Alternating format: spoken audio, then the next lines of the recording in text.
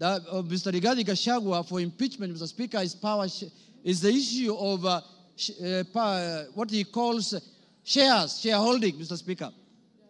He has said Kenya is a company with shareholding. But in his response, he comes here and tells the House that he did not mean that. What he meant is that he was talking about political parties, Mr. Speaker, and listed the political parties that have formed coalitions within Kenya Kwanza, Mr. Speaker, including Ford Kenya, ANC, PA, and all other parties that have formed what is called the Kenya Kwanza coalition, Mr. Speaker. Mr. Speaker, I want to contradict what he's saying, what he said by saying that political parties are national in nature. Ford Kenya is a national party. ANC is a national party. All the political parties that formed a coalition with Kenya Kwanza are political parties that are of national, Mr. Speaker.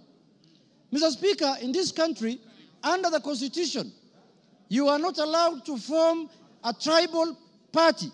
You're not allowed to form a religious political party, Mr. Speaker. You are not allowed to form a Mulima political party, Mr. Speaker. That is very clear in the Constitution, Mr. Speaker. And if the Deputy President is not aware of that, I can read out for him, Mr. Speaker. Under Article, Mr. Speaker, 91, every political party shall have a national character as prescribed by an act of Parliament, have democratically elected governing body, Mr. Speaker. And it also says in Part 2, a political party shall not be founded on a religious, linguistic, racial, ethnic, gender, or regional basis, Mr. Speaker, or seek to engage in advocacy of hatred, like what he does sometimes, on any such basis, Mr. Speaker. Mr. Speaker, you cannot equate political parties to what the Deputy President has been propagating for the last 2 years in this country, Mr. Speaker. The Deputy President has told Kenyans in no uncertain terms that Kenya is a shareholding company. Order, honorable members. And if you do not vote, for Kenya Kwanza, you do not have any shares, Mr. Speaker. Order, Yegon, and your team. Ngong. Mr. Speaker, members now are excited because they are not happy with the response the Deputy President has given them. Now they want to vote and go home. I know what they are doing. I know, but let's prosecute the matter. We have to respond to the issues he has brought to the House, Mr. Speaker. Mr. Speaker, political parties are not equal to regional and ethnic, conglomerations that the Deputy President has been advocating for the last 2 years, Mr. Speaker. Mr. Speaker, I want to give him a good example like ODM. ODM has sent the other day 6 experts under the broad-based government, Mr. Speaker. 6 experts. Where are those experts coming from? One is from the coast. Beatrice School is from Turkana. Oparanya is from Western.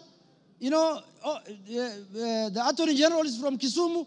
Mr. Speaker, when he's talking about 30% of Ford Kenya and 30% of ANC, he thinks those positions were given to lawyers as a community, Mr. Speaker. When Ford Kenya is a national party, those positions belong to members of Ford Kenya who are in Mombasa, who are in Migori, who are in Kakamega, who are in Bungoma, who are in Eldoret. Ford Kenya has membership in all the country, has membership, Mr. Speaker. So, Mr. Speaker, that ground is not, he cannot controvert that ground by saying that he was talking about the power sharing within Kenya Kwanza. No, he was talking about ethnic groups, Mr. Speaker. He said this government was formed by 2 ethnic groups, and that's how they are going to share power, Mr. Speaker. So that ground stands, Mr. Speaker, and that ground is impeachable, Mr. Speaker, on the Deputy President. The other issue, Mr. Speaker, I want to respond to that he has raised here, Mr. Speaker, is the issue of national security. He said that the NSIS, Mr. Speaker, can be called out whenever they are out of order, Mr. Speaker. Mr. Speaker, the man, Deputy President, sits in the National Security Council, Mr. Speaker.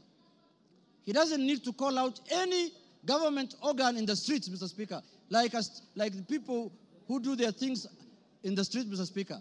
He's a man who sits in every governance organ of this country, Mr. Speaker.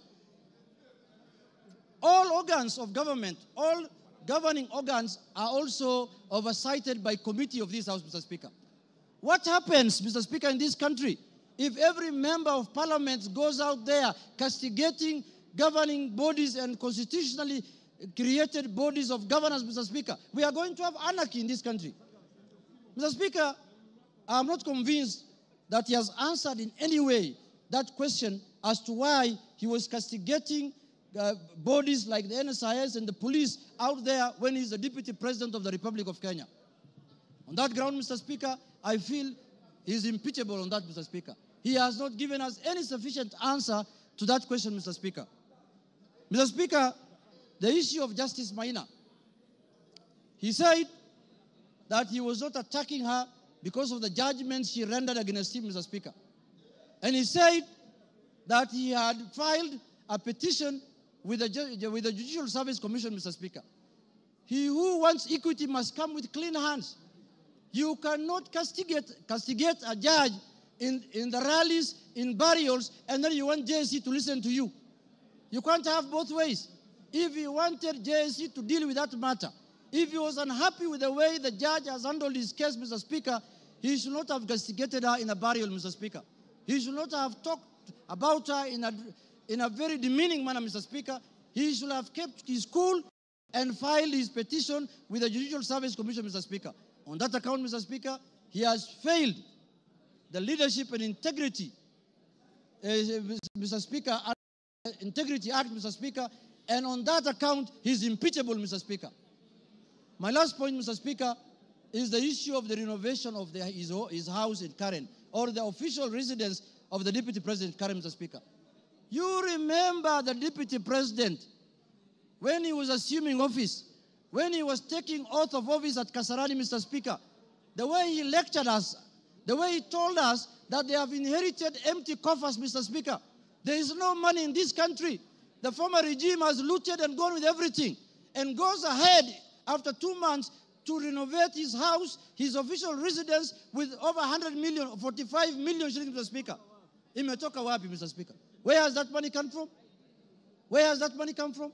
He has not convinced us in any way how that money was spent, how those companies were paid, and on that account, Mr. Speaker, because of misuse of public resources, he is impeachable on that account also, Mr. Speaker. Mr. Speaker, I want to say this.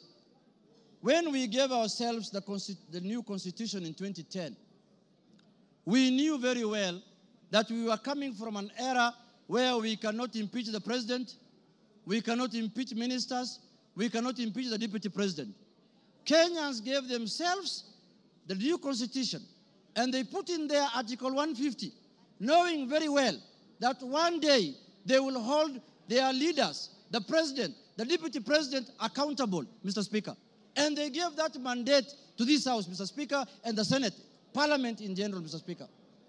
Mr. Speaker, I was shocked under the public participation, people saying that Kufa Makanga, Kufa driver, Mr. Speaker. We cannot allow the driver to die because it is an issue. We are witnessing a situation where the Makanga wants to take the steering by force. And what happens after that? The driver is carrying 55 million Kenyans, Mr. Speaker. We cannot allow the driver to die because 55 million Kenyans are going to die with him. But the Makanga, who is just hanging at the door there of the matatu, can go, Mr. Speaker, if he misbehaves, Mr. Speaker.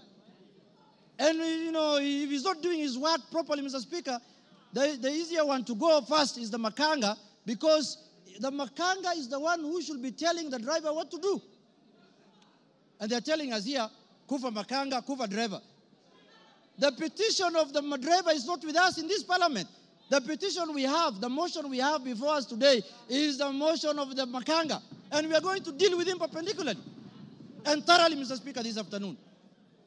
Mr. Speaker, I want to tell the House that us, the people of the minority, the Azimio people, Mr. Speaker, we have lived like orphans in this country for the last 2 years. Why do I say so? Mr. Speaker, we are taxpayers. Some of the places that contribute to the highest taxes in this country are areas that are dominated by Azimio people. And then somebody comes here and tells me, you are not a shareholder, you're not going to get services, you're not going to get development. What the hell is that? What the hell is that? Does the taxes that are paid by the Azimio people count for nothing, Mr. Speaker? And it is coming from the high office of the Deputy President of the Republic of Kenya, Mr. Speaker. Mr. Speaker, this is the time we are going to correct this thing so that it never happens again, so that we don't have another Deputy President who comes later. Because when we impeach this one, another one is going to be appointed. This is a lesson to the next one, that if you misbehave, we will just take you through this Mr. Speaker. Mr. Speaker, I want to conclude by saying this. Let us not pastoralize offices. We don't have any ill will. We don't have any bad faith. We don't have anything that we are holding against the persona of Geoffrey Rigathi Gachagua, Mr. Speaker. We are dealing with the office of the Deputy President currently occupied by one Geoffrey Rigathi Gachagua, Mr. Speaker. The office holder. And let us not personalize.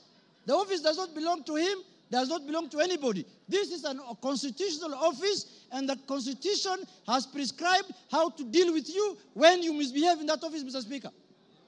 So, Mr. Speaker, for Kenya to become cohesive, Rigathi must do what? Rigathi must? For Kenya to become cohesive.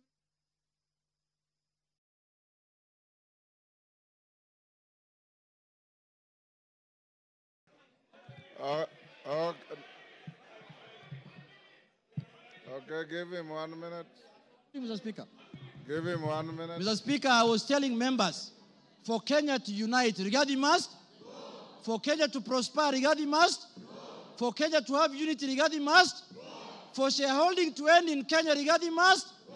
For us to have a peaceful country, Rigathi must.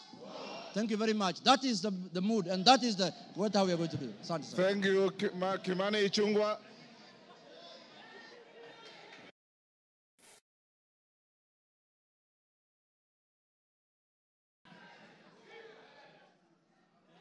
Honorable Speaker, thank you for this opportunity.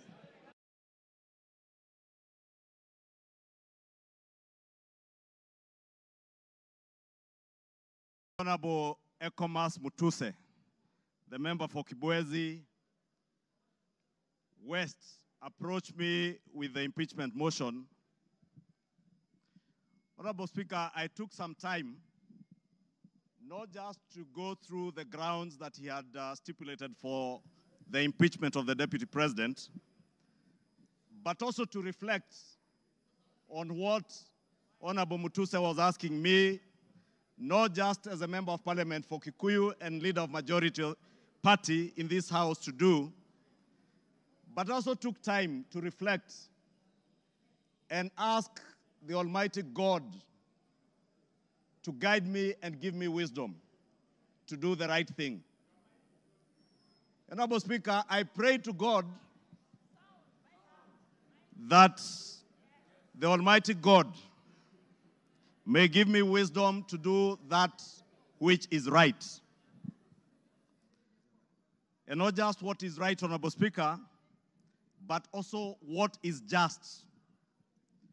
Just to the outgoing Deputy President of the Republic of Kenya,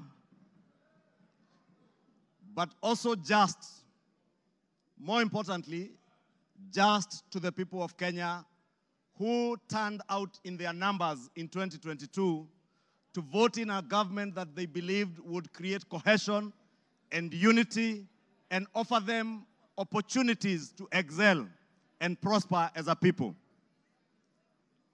Honorable Speaker, as I prayed for wisdom, I was also conscious that what is right is not always easy. And what is right is not always popular. And being a son of the mountain, representing people of the Mount Kenya region, Honorable Speaker, it was clear to me that what may be popular today may not be right. And that is why I asked God to give me the wisdom to do that what is right, Honorable Speaker. And I am here today to do what is right for the people of Kenya. I am here to do what is right, not just for the people of Mount Kenya. I am here to do what is right for the greater good of the Republic of Kenya, Honorable Speaker. And that is why I rise to support this impeachment motion, Honorable Speaker. Honorable Speaker, having listened to Honorable Mutuse and all the grounds, and having looked at the Constitution, Honorable Speaker, and I would beg for us to look at Article 150 on the removal of our Deputy President, the reasons as to why you may remove a Deputy President from office. The first one is on the ground of physical or mental incapacity to perform the functions of that office. We have no capacity to determine the physical and mental capacity of the Deputy President